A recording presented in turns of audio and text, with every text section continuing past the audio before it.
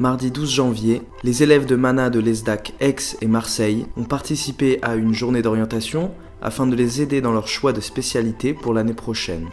On est juste là pour faire un état des lieux et répondre à vos interrogations de manière saine.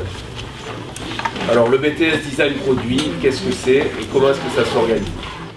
Les professeurs de chaque section leur ont donné un aperçu du contenu des cours et des potentiels débouchés. L'école dispose d'un atelier maquette, c'est totalement indispensable si vous voulez faire une formation d'épée digne de ce nom. On attend des profils d'étudiants, de gens astucieux, pas forcément d'excellents dessinateurs. D'anciens élèves étaient présents pour parler de leur vécu dans la formation. Un échange intéressant a eu lieu entre eux et les élèves de Mana. Une formation qui est hyper complète, quoi. Pour les maquettes, en général, vous les faites comment? Enfin, quel matériau?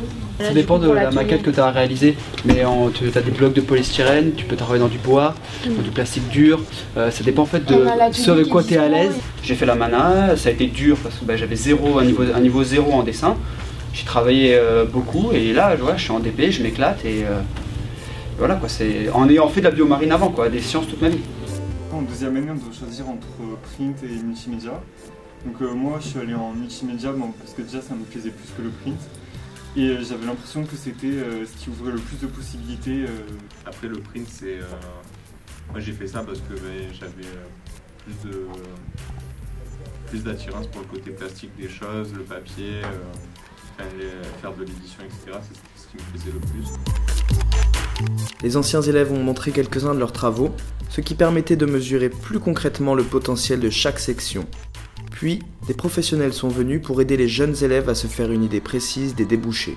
Mon travail, c'est une boucle qui passe de conception à production, mais comme vous avez vu avec le travail des étudiants, c'est un processus, donc en fait on passe de conception à production.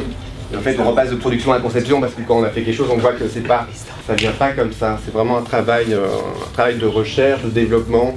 Même moi, après, je vais dire 15 ans de métier, je ne pompe pas une idée comme ça. Il y a quand même toujours un travail qui se fait. Le cadre dans lequel vous êtes, les profs et tout ça, ils doivent vous enrichir, vous guider dans ce travail-là. C'est compliqué après le diplôme de se lancer directement en tant que freelance. Le mieux, c'est de commencer en agence, de se créer un réseau de clients, et un peu comme un architecte qui se met à son compte, vous pouvez travailler en tant qu'indépendant.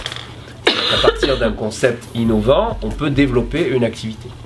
Donc, vous voyez que vous avez des débouchés quand même qui sont assez larges et variés, et un travail qui, à mon avis, est stimulant.